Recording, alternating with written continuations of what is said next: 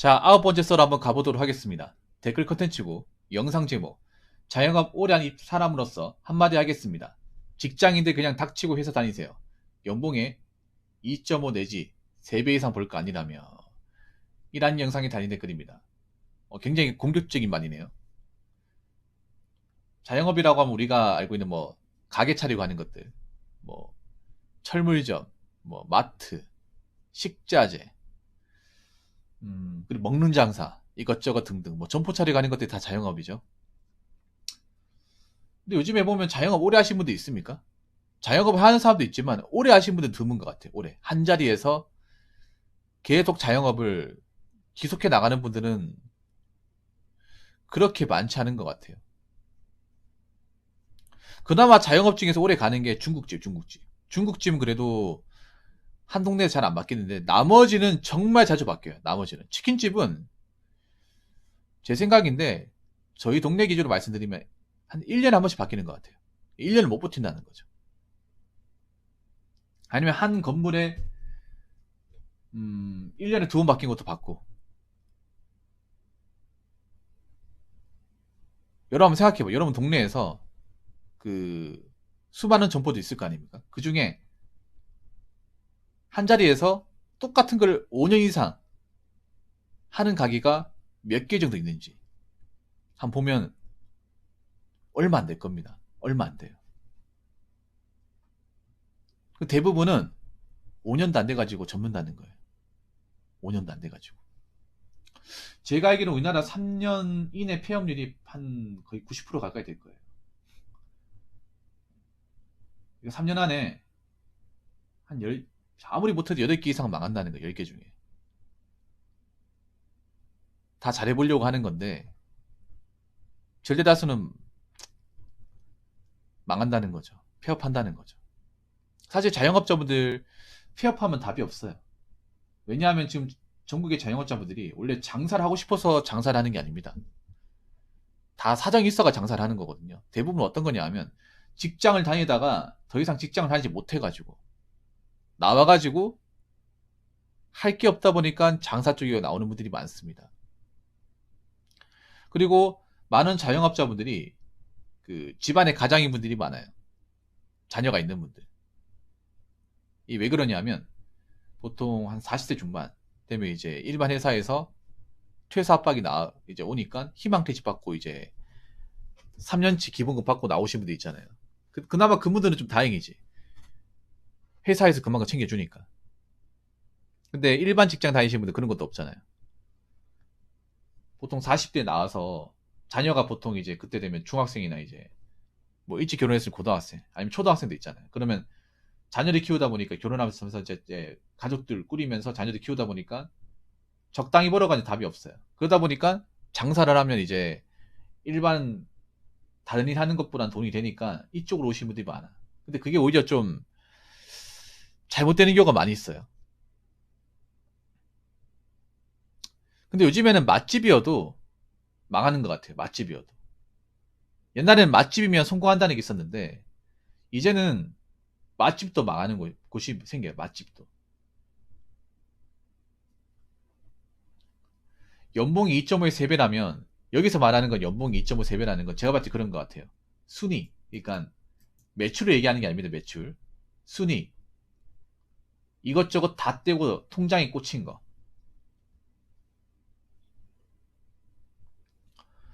2.5에 3배면 내가 봤을 때 순이익으로 한 800 정도 되는 것 같아. 800.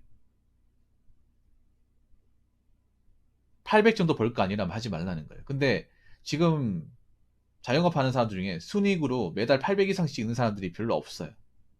별로. 그리고 자영업 사장님들 일하시는 거 보면 왜 800 이상 벌어야 되는지 나옵니다. 엄청 힘들게 일하세요. 워컬리입니다. 워컬리. 쉬지도 않고. 여러분 한번 생각해봐. 여러분들 그 피자집이나 치킨집 지나가 볼 거 아니에요. 문 닫고 쉬는 날을 본 적 있습니까? 나 못 봤던 것 같아. 매일 열려있죠, 매일. 매일같이 열려있으면 주말에 무조건 열려있고. 그 말은 뭐냐면 그분이 쉬는 날이 없다는 거예요. 쉬는 날도 없이 계속 문 열어놓고 있는 거야. 제 방송에 어떤 분은 6년 동안 단 하루도 쉬지 않고 장사를 했던 분이 있어요. 이분이 제가 알기로는 그랬을 거예요. 이분 오래 하신 분 이분이 한 6년 동안 하루도 안 쉬고 장사하신 분일 거예요.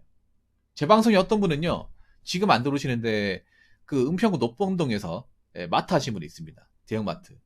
그분은요, 놀라지 마십시오. 27년 동안 단 하루도 쉬어본 날이 없답니다. 완전 노예 아니야, 노예? 그 정도면. 아니, 그 정도는 염전 노예 수준 아닙니까?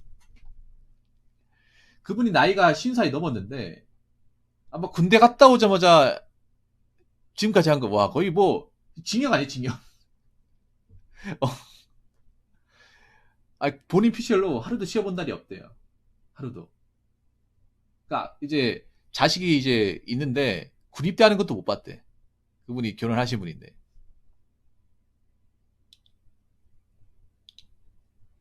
아무튼 그런 분도 있었습니다. 자, 댓글 읽어보도록 하겠습니다. 지금 자영업하면 적자입니다. 뭐 못하면 본인 잘못이라고 하는데 한번 해보면 그런 말 못합니다. 잘 되는 집이 있겠지. 예전에 10집 중에 한두 집이었으면 지금은 100집집에 한두 집입니다. 학생으로 치면 반일 1등 해야 합니다. 쉬운 게 아닙니다. 요즘같이 물가 오르고 사람 소비 심리 줄어들면 그냥 안 하는 게 맞습니다. 라고 적어졌습니다. 사실 우리가 소비자 입장에서 말씀드리면 요즘 음식을 사 먹기가 좀 겁이 납니다. 정말로.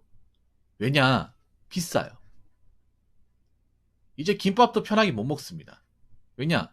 김밥 한 줄에 뭐 3,500원씩 하잖아. 아니, 김밥이잖아요, 김밥. 뭐, 김밥이 고급 음식이 아니잖아요, 여러분. 건강식도 아니고요. 뭐, 비싼 고기가 들어가는 것도 아니에요. 그냥 뭐, 햄, 맛살, 우엉, 단무지, 오뎅 이게 다잖아. 근데 이게 3,500원이야. 서울 같은 경우에 강남에 4,500원 판다고 하더라, 한 줄에. 야, 그러면 김밥에 라면이면, 라면도 5,000원 넘고. 김밥 두 줄에 라면이면요. 이거 나는 고급 음식이야, 이제. 이제는 이거 서민들 음식이 아니에요, 여러분. 김밥에 라면. 10,000원이 넘어요, 10,000원이. 이거 먹으면 한 12,000원 나가. 서울 같은 데서 먹으면. 서울 여러분 김밥 천국 있잖아요. 거기 가가지고 김밥 두 줄에, 이모 김밥 두 줄에 라면 하나 이렇게 하면 12,000원 나올 거야. 더 나올 수도 있고. 거기서 만약에 참치 김밥 그 시기면 더 비싸겠죠.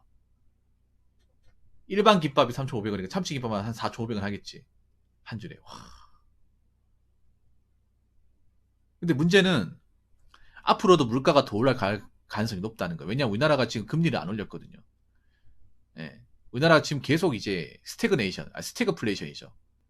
여러분 스태그플레이션 들어봤습니까?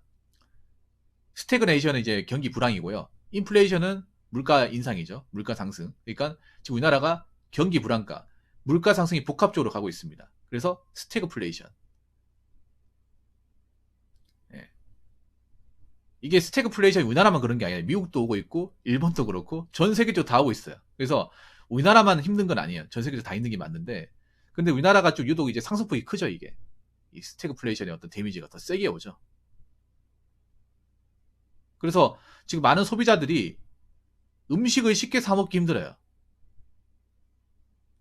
음식을 쉽게 사 먹기 어렵습니다. 그래서 맛집도 사실 가기 꺼려져요. 원래 맛집 같은 것도 이제는 맛집이라고 해서 무조건 줄 서서 먹고 그런 것도 아닌 것 같아요. 맛집도 비싸면 못 먹습니다. 사람들이 아무리 맛있어도 음식값이 맛있어도 너무 비싸잖아요. 그럼 먹을 엄두를 못 내요.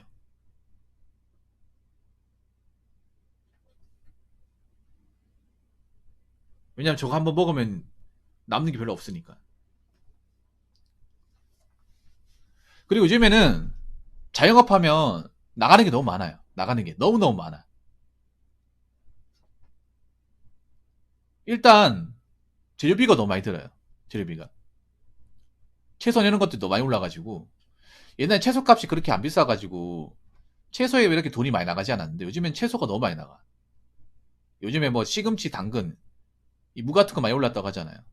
엄청나게 많이 올랐다고 하잖아. 그래서 우리가 일반적으로는 한식이 좀 많이 올랐어. 그리고 이제 기름 음식 같은 거, 기름 튀겨서 나오는 것들 이제 뭐 돈가스나 그리고 짜장면, 뭐 탕수육, 그리고 치킨 같은 것들 기름을 무조건 써야 되는 음식들. 그런 음식들도 많이 올랐습니다. 이 짜장면도 이제 한 그릇에 10,000원 이 시대가 오는 것 같아요. 서울은 지금 10,000원이겠죠. 서울은 아마 간짜장식 곱빼기 시키면 10,000원일 텐데. 작년에 한번 9,000원 정도 했으니까 올해 한번 오른다고 치면 이런 이제 식당에서 쓰는 그런 기름도 가격이 올랐습니다. 한 30% 정도 올랐다고 들었습니다. 그러다 보니까 그 자영업자분들이 음식을 가격을 안 올릴 수가 없어요. 올릴 수밖에 없습니다. 그래서 치킨을 사 먹는 것도 사실 겁나요. 그리고 요즘에 장사라는 게 또 힘든 게 인건비가 너무 많이 듭니다. 요즘에 장사하는 거 보면 혼자 장사하시거나 아니면 와이프랑 둘이서 장사하시는 분들이 많아요. 장사하는 가게를 좀 보면 점원들이 없어요. 직원들이 없습니다. 1인 가게를 운영하는 것도 생각보다 많아졌고, 뭐 2명 있어도 보통 와이프거나 아니면 형제끼리 한다거나 직원을 안 쓰는 거예요. 왜냐? 직원 인건비도 많이 오르다 보니까. 장사가 엄청 잘 되면 직원 쓰더라도 각오하겠는데 장사가 안 되다 보니까 직원 쓰는 것도 부담스러운 거예요. 그래서 이제 둘이서 하거나 하면 혼자서 하거나 그런 경우도 많이 있어요. 그리고 한 가지 더 말씀드리면 요즘에 배달 어플들이 참 문제가 많죠. 배달 어플 폭리가 너무 심하죠. 보통 요즘에 자영업자분들은 배달 장사를 거의 끼고 하잖아요. 홀 장사가 안 되잖아요. 그러다 보니까 배달을 주문을 받아야 되는데 문제는 배달 주문 받으려면 어플에 등록을 해야 돼요. 뭐 요기요나 쿠팡이츠나 이제 배달민족이 이제 등록을 해야 되는데 문제는 그 등록하면 그쪽에서 매달 얼마씩 이제 돈을 달라고 요구를 해요. 광고료로. 그 광고료가 꽤 비쌉니다. 우리 업체를 거기 배달 어플에 등록하는 거. 그게 뭐 정확한 건 아니지만 한 4, 500 정도 드는 걸로 알고 있어요. 매달. 여러분은 어플 까면 이제 맨 상단에 뜨는 거 있잖아요. 네, 그거. 거기에 등록을 안 하면 사람들이 안 시켜 먹어요. 우리가 어떻게 보면 지금 배달의 민족이나 요기요의 지배를 받고 있는 거야. 한번 생각해요. 여러분들이 그냥 매장에 전화해가지고 시켜본 적 있습니까? 저는 아직 어플로 주문해 본 적이 없어요. 저는 약간 90대 사람이라서 저 네이버 지도로 해가지고 전화번호 눌러가지고 전화를 겁니다. 근데 요즘 사람들 그렇게 안 한다고 하더라고요. 요즘에는 그냥 어플로 그냥 눌러가지고 한다고 하더라고요. 전 아직도 옛날로 전화합니다. 아니면 그 왜 자석 있잖아요, 자석. 그 자석이 적힌 거 보고 전화해요. 아마 근데 이렇게 하시는 분들 별로 없을 거예요. 나처럼 하는 분들. 대부분은 어플로 해가지고 그 매장 전화번호도 모르고 그냥 주문해가지고 예, 터치 몇 번 해가지고 그걸로 알 거예요. 그만큼 사람들이 어플의 의존도가 높다는 거죠. 그러니까 쉽게 말하면 어플에 우리 가게를 등록 안 시키면 사람들이 안 시켜 먹는다는 거예요. 저 같은 사람 시켜 먹겠지만 저 같은 사람 별로 없다는 것이. 그래서 울며 겨자 먹기로 할 수밖에 없어. 근데 워낙에 그 배달 업체에서 폭리가 심해요. 그리고 배달 한번 시킬 때마다 그 배달 어플에서 얼마씩 떼갑니다. 그리고 배달 시킬 때도 그 배달 기사들한테 인건비 줘야 되잖아. 인건비 줘야 되거든요. 그래서 이것저것 다 떼고 나면 남는 게 별로 없어요. 제가 어디 그 매출표를 봤는데 3천만 원, 매달 3천만 원 매출을 올리면 와, 이 사람 장사 많이 되네. 장사 잘 되네 얘기할 수 있어요. 근데 이것저것 다 떼고 나니까 남는 게 한 500밖에 없는 거야. 500 순이익이. 매출 3천만 원이면 그래도 난 한 1천만 원 남을 거라 생각했거든. 근데 아니었어요. 500 남아. 500. 이것도 뭐 많은 돈이 생각할 수 있겠지만 생각해봐. 3천이면 하루에 매상을 100만 원 찍는다는. 근데 이걸 그렇게 한가하지는 않을 텐데. 그리고 하루도 안 쉬고 일했어요. 밤낮으로 쇠가 빠지기 일했어. 뭐 개인 시간도 없어요. 한 달 쇠가 빠지기 일하고 그리고 창업비로 들어간 돈도 상당해요. 그렇게 하고 500이야. 그럼 이게 무조건 많다고 볼 수 있을까? 그리고 문제는 뭐냐면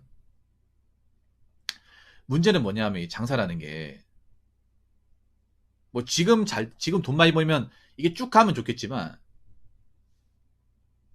장사가 그렇거든요. 장사가 뭐냐면 그 지금 1,000만 원 벌었다고 남는 거 1,000만 원 우리 부자 되는 거 아니야 생각할 수 있지만 이게 절대 오래 가지 않습니다. 한 달 1,000만 원 보면 계속 1,000만 원, 1,000만 원 이렇게 갈 것 같지만 그게 그렇게 되지 않아요. 사람들이 주문해야 오는 거지. 그래서 요즘에 보면 사람들이 잘 안 돌아다녀요. 그래서 가게가 텅텅 비어 있습니다. 인테리어가 잘 된 가게도 텅텅 비어 있어요. 텅텅 비어 있습니다. 분명히 이 인테리어 하기 위해서 돈도 많이 썼을 테고, 이 프랜차이즈면 돈도 많이 들었을 때 가게가 텅텅 비어 있어요. 텅텅 비면 안 되잖아요, 여러분. 그러면 이제 거기 유지비 어떻게 감당하려고.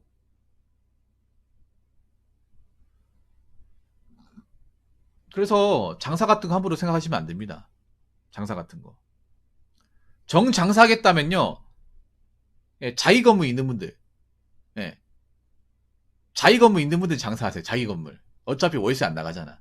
예, 어차피 인테리어 비용만 들어가니까 그런 분들 장사해도 돼. 근데 대부분의 장사하는 사람들은 남의 건물, 남의 건물. 매달 임대료가 나가잖아. 그리고 권리금도 내야 되고. 근데 자기 건물에 하신 분들 권리금도 없고 임대료도 없잖아요.